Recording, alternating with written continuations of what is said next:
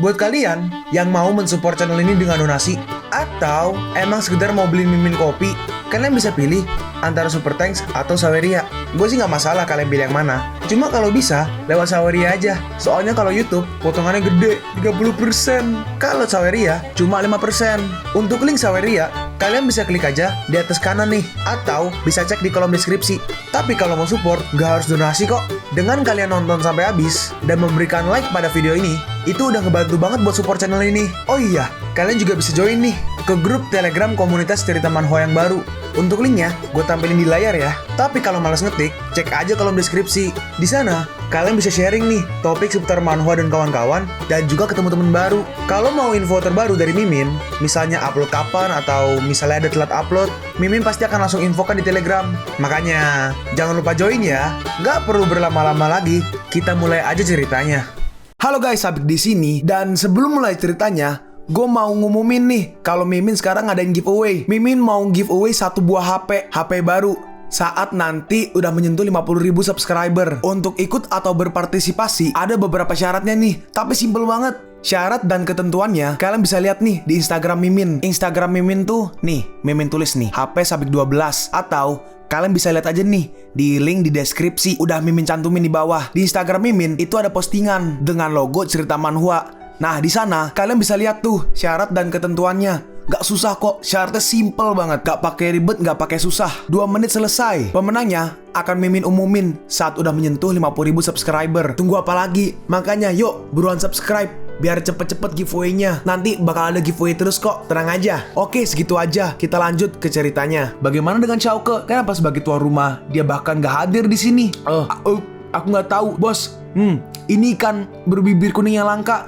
Jangan sampai kau nggak mencicipinya. Nah, terus kan Aisyah dan kawan-kawan masih menunggu di luar. Nih ada yang salah. Hai, cepat pergi dari sini. Tak bisa dilihat. Hah? Nggak ada seorang pun. Lebih baik kita mundur. Melihat situasinya nggak mendukung. Dan mereka langsung mau kabur nih. Ayo pergi. Mereka berdua terbang diangkat tuh. Terus kita melihat ternyata Aisyah udah ditangkap oleh Chauke. Ide buruk apa yang kau lakukan di bawah sana pada tengah malam, ha? Sepertinya kau masih belum memiliki ingatan yang baik. Maka aku akan membuatmu untuk mengingatnya lagi. Pak, aku gak tahan denganmu. Terus ini si Cao Cirwi berkata, minyak mentah akan dikirim besok. Hari ini pasti akan pindah posisinya dan menandai harga untukku. Pembukaan hari ini gak buruk, jadi aku menghasilkan puluhan juta dengan santai. Saat aku mendapatkan penghasilan ratusan juta per hari, aku akan pergi ke Bank Tianti untuk memberitahu si sampah itu. Chauke, kamu membuatku muak. Lalu seseorang berkata nih, hah, ini kenapa jatuh begitu cepat? Cirwi berkata, ini hanya penyesuaian teknis. Jangan panik.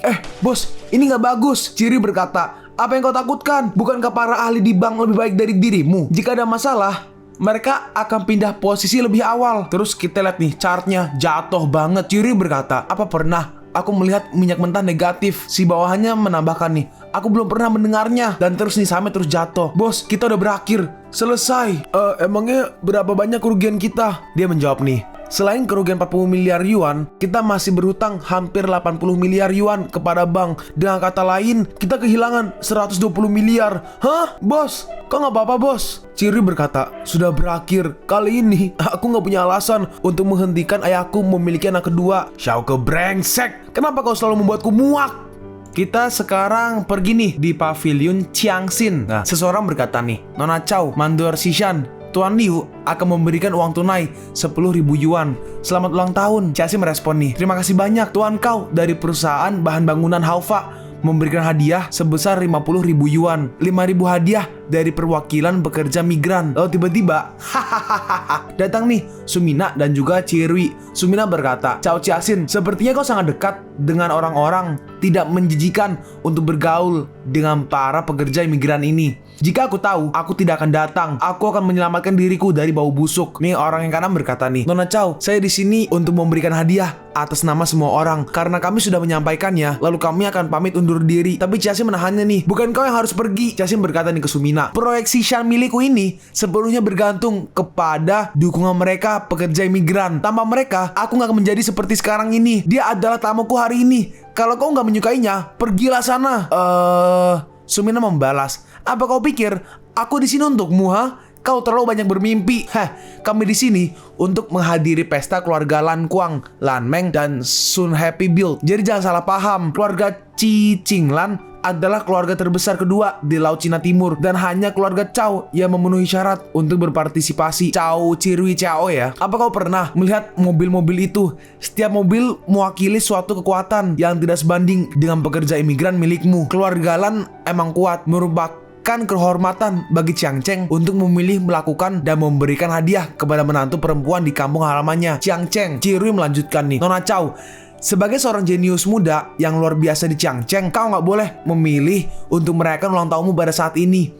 Ini nggak menghormati keluarga Lan dan bahkan dapat dianggap sebagai provokasi. Ciaxi merespon nih, aku nggak terlalu memikirkannya. Aku pikir kau melakukannya dengan sengaja. Ulang tahunmu jelas bulan lalu, tetapi itu berlarut-larut hingga hari ini. Ciaxi membalas nih, Cheng Le mengalami bulan kabisa tahun ini dan aku mendapat cedera bulan lalu. Lalu datang nih si Ciaxing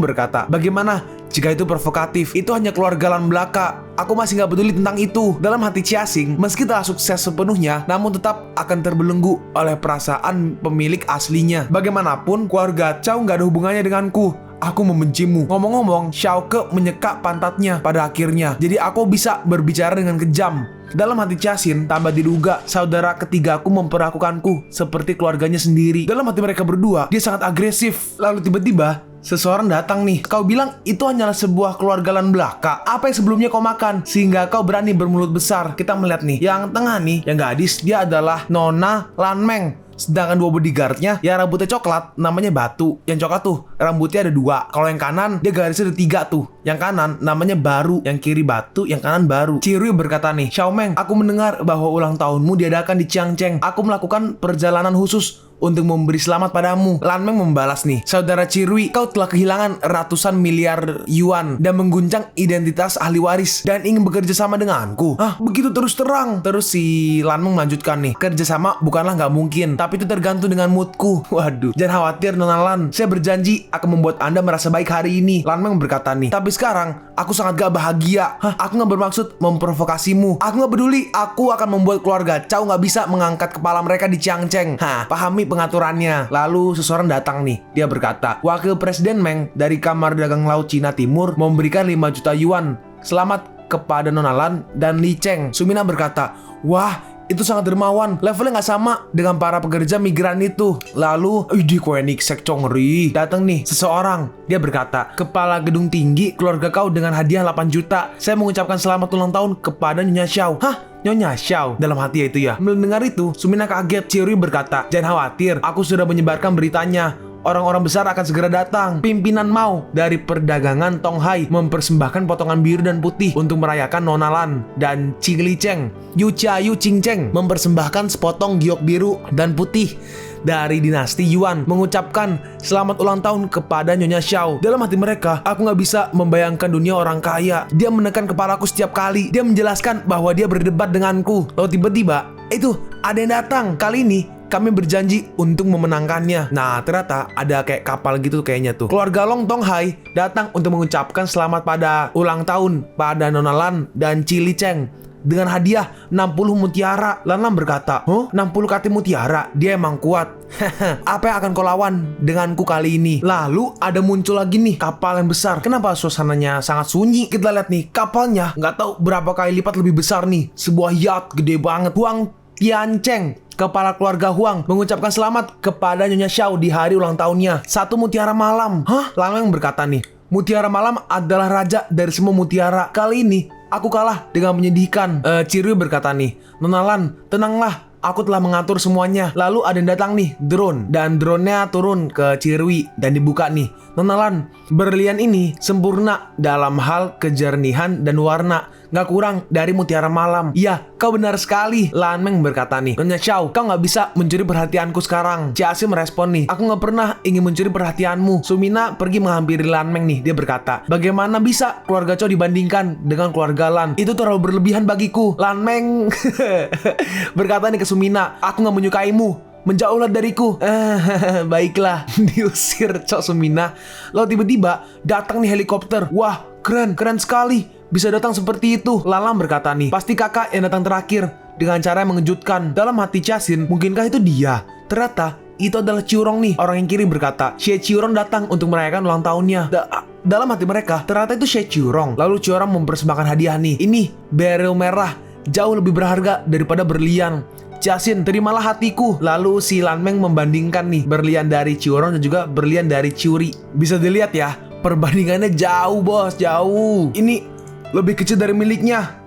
Aku nggak menginginkannya. Terus itu berliannya dilempar tuh dibalikin ke si Chiuri, tapi berliannya hilang. Hei, nona muda, ini ratusan juta yuan, jangan dibuang begitu aja. Chasin berkata nih, terima kasih tuan muda, terima kasih atas kebaikanmu, tapi tolong jangan buang waktumu untukku. Aku memiliki kekasih, aku nggak memintamu untuk melupakan dia. Beri ruang untukku di hatimu, hatiku telah terisi penuh, nggak ada tempat lagi untuk orang lain. Chiurong membalas nih, nggak. Yang kau cintai bukanlah manusia. Jika Xiaoke benar-benar pria yang baik, kenapa dia nggak muncul di hari yang begitu penting? Iya, Xiaomu bahkan nggak muncul di pesta ulang tahun istrinya sendiri. Itu terlalu memalukan. Menurutku, pria ini baik, dia kaya dan tergila-gila padamu. Kenapa kau tidak menerimanya aja? Kami telah mengalami pasang surut dan itu nggak mudah untuk dialami sampai saat ini. Aku nggak akan membiarkan siapapun mempengaruhi hatiku lagi. Aku akan menjadi hantunya saat aku mati. Sebenarnya aku seharusnya menyadari bahwa kau nggak akan pernah meninggalkannya. Maaf, aku tidak sopan. Chiuri berkata nih, bagaimana dengan Xiaoke? Apakah kura-kura dengan kepala yang menciut ini bahkan gak berani menunjukkan wajahnya? Lalu tiba-tiba, ting ting, ternyata itu Xiaoke. Dia datang pakai sepeda ontel, berbicara buruk tentang orang di belakang mereka. Adalah perilaku yang sangat buruk. Maaf, mobilku mogok di jalan.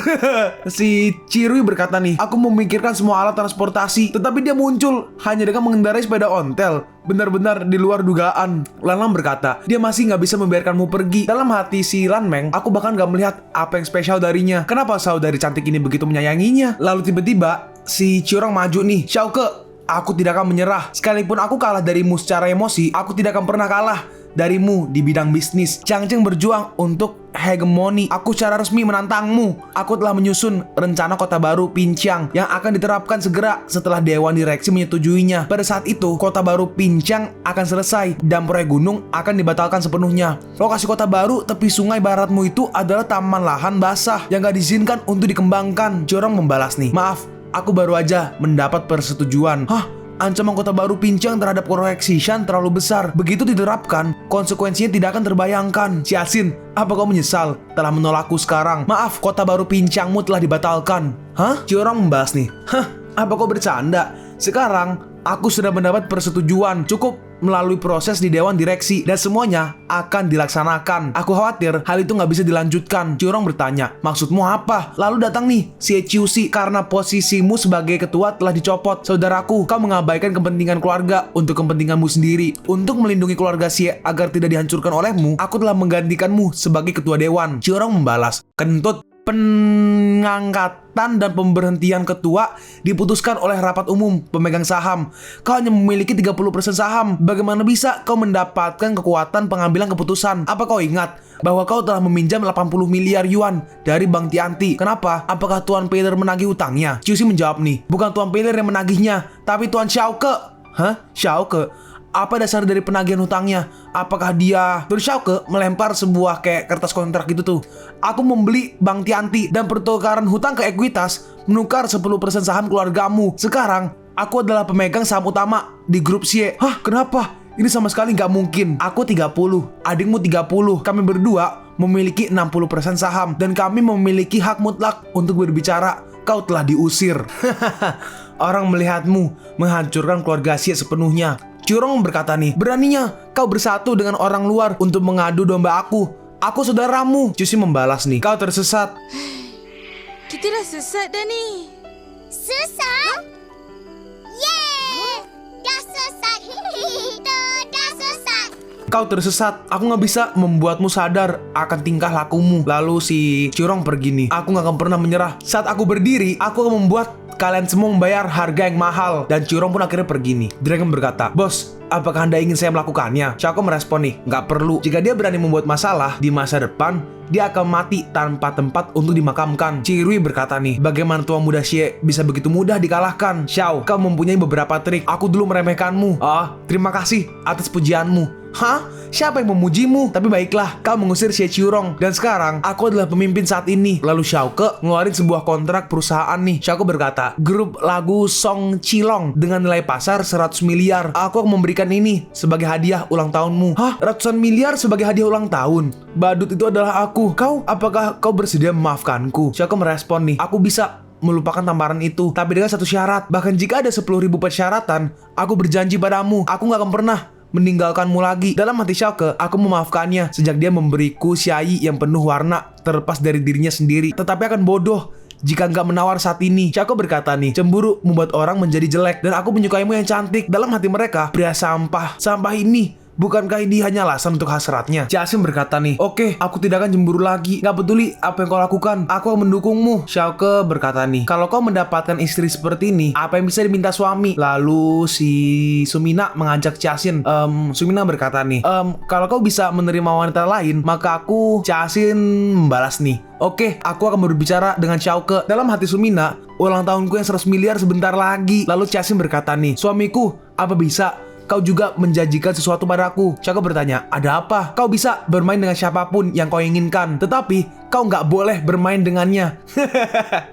Jangan khawatir, aku nggak terlalu menyukainya. Xiaoke berkata nih, aku mengundang koki dari Haicheng untuk memasak untukmu hari ini. Jiaxin merespon, kau emang suamiku yang tersayang. Lalu Lan Meng maju nih, hei, kau ingin pergi begitu aja setelah memenangkan pertarungan ini? Gak mungkin. Lalu Xiaoke maju nih, bukan karena kecil ini terlalu imut. Hei, lepaskan aku. Ini, ayo, paman akan memanjakanmu dengan permen lollipop ini. Aneh. Aku gak akan tertarik dengan hal semacam ini. Lalu Xiaoke pun lewat nih jalan gitu kan. Brengsek, memaksa orang makan lollipop, tapi ini manis sekali. Lalu setelah itu kita melihat Qiurong minum-minum nih. Mungkin karena kalah kan. Qiurong berkata, apakah kau buta terhadap Xiaoke? Apakah kau menderita katarak yang parah?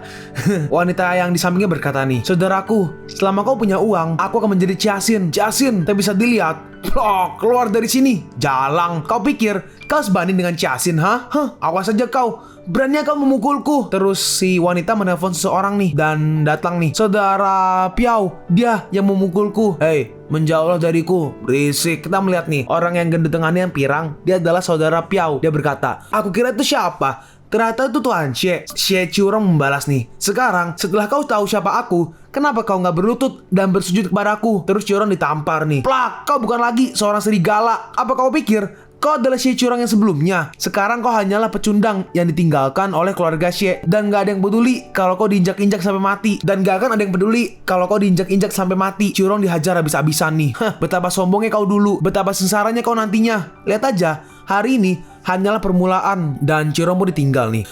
Ini sangat dingin di dunia. Aku bahkan gak perlu repot-repot melihat anjing-anjing ini sebelumnya.